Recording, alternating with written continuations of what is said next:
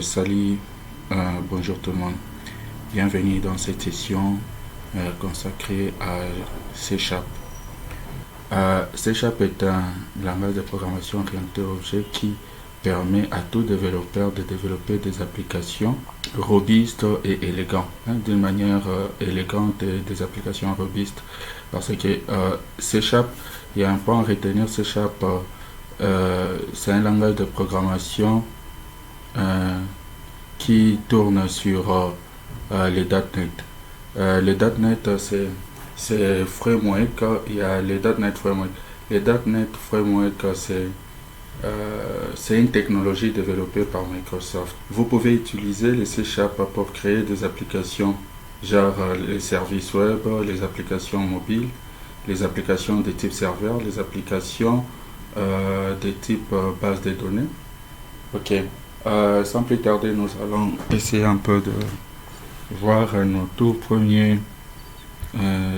premières notions sur les C Sharp. Pour utiliser les C Sharp, comme c'est un langage de programmation qui utilise les .NET, c'est qu'il vous faudra faire. Il vous faut normalement avoir cette IDE. Les IDE qu'on appelle Visual Studio va vous permettre à ce que vous puissiez utiliser les C Sharp sur votre machine, et vous pouvez l'utiliser sur n'importe quelle plateforme de l'ordinateur, que ce soit Windows, que ce soit Linux ou que ce soit Macintosh. Et une fois que vous avez ça installé, vous avez le Visual Studio installé, vous pouvez soit le chercher à partir d'ici. Moi j'utilise le Windows 10. Vous pouvez venir ici pour le chercher. Par exemple, moi je l'ai ici. Je peux juste cliquer là, ça dépend de la version. Je vous conseille, pour bien suivre ces cours, c'est mieux de commencer à utiliser la version 2015. En dessous de cette version, vraiment, je vous conseille de suivre, mais vous aurez des petites difficultés. Mais plutôt, je vous encourage beaucoup plus à utiliser les 2015 et au-delà. L'IDE vient de s'ouvrir et j'ai besoin de créer un projet. Avant de travailler, il nous faut créer un projet. Pour créer un projet, et nous allons commencer par créer un projet avant d'expliquer la notion. Je vais là sur Create Project, et New Project, je pense en français, ce sera créer un nouveau projet. Maintenant, par rapport au projet, vous pouvez regarder du côté gauche de votre écran, votre là Create and the Recent Project Template. Ça, c'est le projet que j'ai utilisé, les templates de projet que j'ai utilisé récemment. Et vu que nous allons commencer par les notions de base, alors je préfère plutôt à ce que nous puissions créer notre tout premier projet ou notre première application avec les templates de type console. Donc je clique là. Et ici console, tout comme je pouvais aller directement ici. Et ici, vous verrez ça.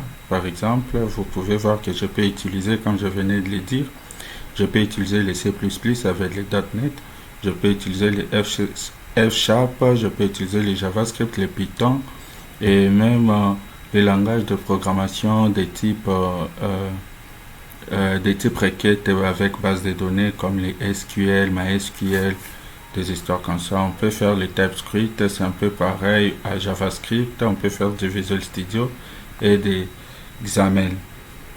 Ok, je vais laisser sur C Sharp All Platform. Je préfère laisser ça comme ça au lieu de préciser quelque chose ici. Mais en principe, quand j'utilise un ordinateur qui a pour un système d'exploitation Windows, je pouvais prendre ça, mais je ne trouve pas ça important. Et ici, je prends plutôt console. Et je viens là, je clique sur console. Je pars tout juste en bas là, je clique sur next. Et je vais dire variable app.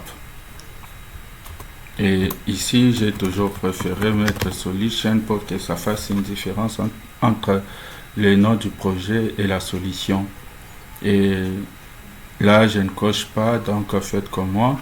Si vous voulez classer votre application dans dossier spécifique, par exemple au bureau, il suffit de venir ici sur parcourir ou le browser, tout juste sur cette ligne-là.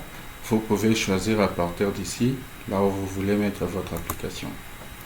Et après, nous allons créer notre application en cliquant sur ce bouton ici, créer. Créer une variable, c'est normalement louer de l'espace dans notre mémoire de l'ordinateur, dans la mémoire de notre ordinateur. Comme C#, les langages de programmation typés, ça demande à ce qu'on puisse préciser les types de valeurs, qu'on veut stocker dans notre espace loué à l'ordinateur. Et cet espace-là, loué, lorsqu'on lui donne un nom et on lui donne un type, donc cet espace-là, avec son nom et les types qui est précisé, c'est ce qui nous donne au finish une variable. Et pourquoi est-ce qu'on appelle ça une variable? Nous appelons ça une variable juste parce que la variable est supposée être changée, est variable, est changeable. C'est ça une variable. Donc les données qui s'y trouvent, les données qui est dans l'espace loué à l'ordinateur ou l'espace réservé, et ce sont des valeurs changeables, ce sont des valeurs qu'on peut changer à chaque moment. Et maintenant, pour déclarer une variable, qu'est-ce qu'on fait? Nous allons d'abord effacer ça. Nous allons dire on veut déclarer une variable, comme je viens de le dire dans des explications. Je commence par préciser les types. Je prends par exemple les types string. Je dis ok, tu vas me prendre de l'espace que je voudrais que tu puisses nommer ça name.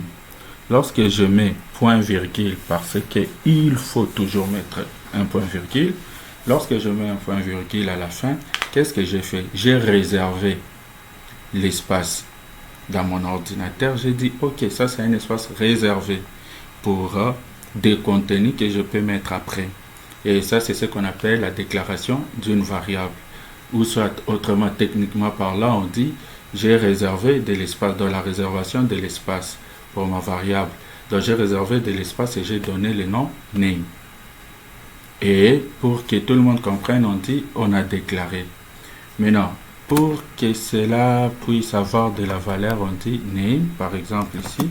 Et on va mettre de la valeur. On a dit que les types de valeurs qu'on peut mettre ici, ce sont des strings. Donc, ce qui veut dire que je ne peux pas mettre des entiers.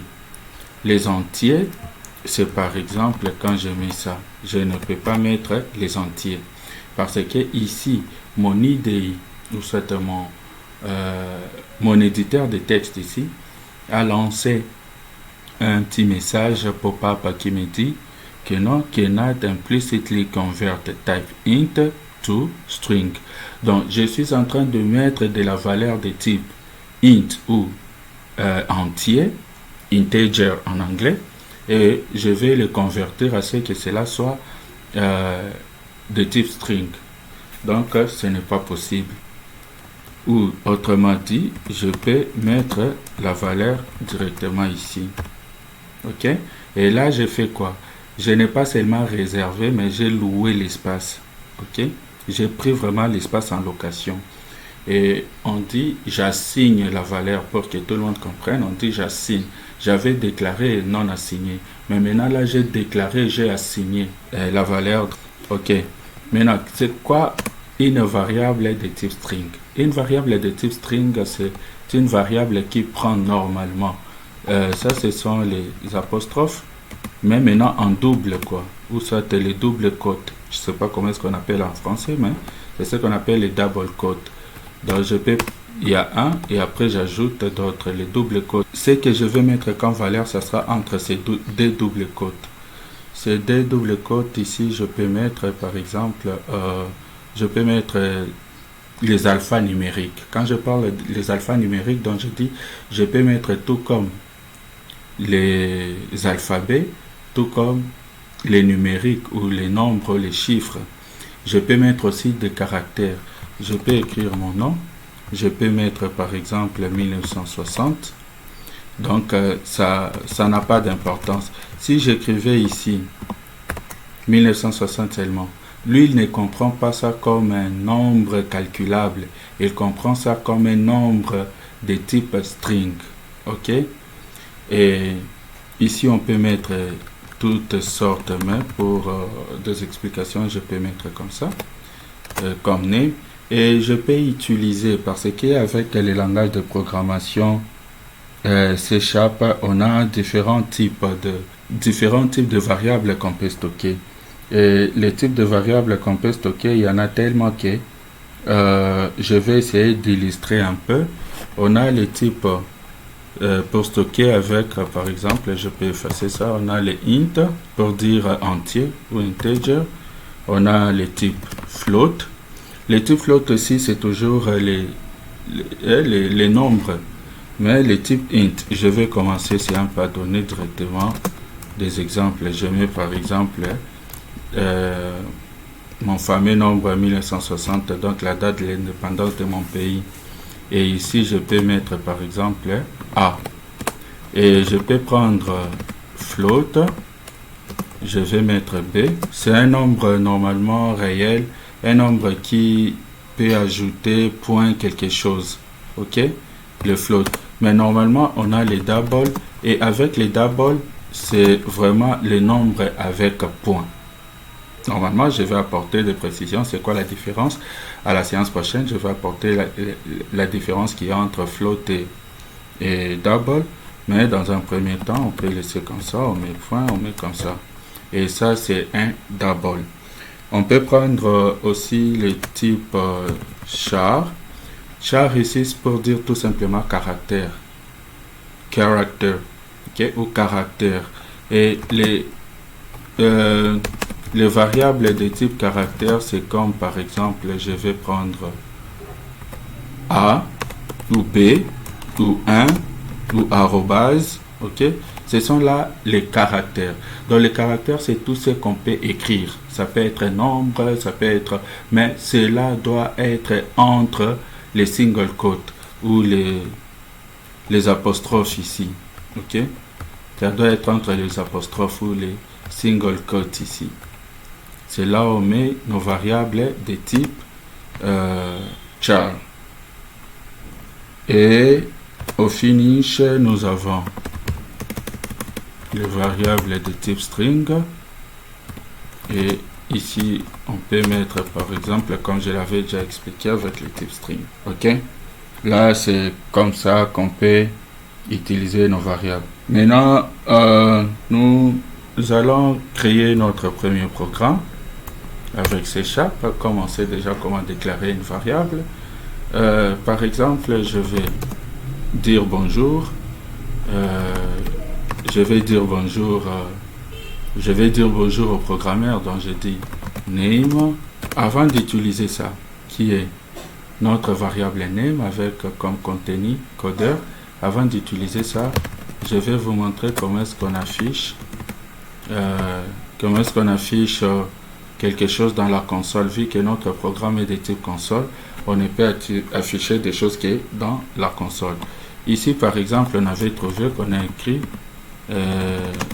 c'était en anglais, hello, c'était quelque chose de comme ça, avec point virgule à la fin. Les hello LDC, c'est ce qui vient par défaut. Donc, lorsqu'on a créé notre projet, par défaut, notre IDE ou notre Visual Studio nous a mis ça automatiquement. Et dès qu'on lance l'application, on aura sur notre console, dans notre console, nous aurons Hello World. Et moi, normalement, je ne préfère pas utiliser le Hello World qui vient avec console. Je préfère plutôt utiliser ma propre phrase. Ok, nous avons notre Hello World affiché dans console. Il est là. On a Hello World. Là, félicitations à vous si vous l'avez fait aussi à la maison. Donc, ce qui veut dire, vous venez de créer votre première application. Ok, notre projet tourne. Et comme je l'avais dit, moi plutôt, je préfère écrire salut le codeur. Et j'exécute l'application en appuyant sur F5.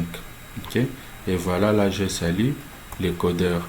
Et on peut utiliser le codeur qui est dans notre variable parce qu'on a déjà le codeur ici, on a le codeur ici. On peut utiliser le codeur qui est dans notre variable name.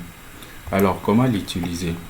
Je viens ici, j'efface ça, je clique comme ça, je fais name. Donc qu'est-ce que je fais ici?